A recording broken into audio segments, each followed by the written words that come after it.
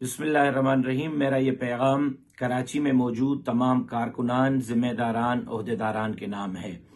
कल मोरखा 15 फरवरी बरोज़ जुमारात दोपहर 1 बजे होने वाली बदतरीन इंतखाबात में धांधली के खिलाफ कराची सदर में सूबाई इलेक्शन कमिश्नर के ऑफिस के सामने धरना दिया जा रहा है।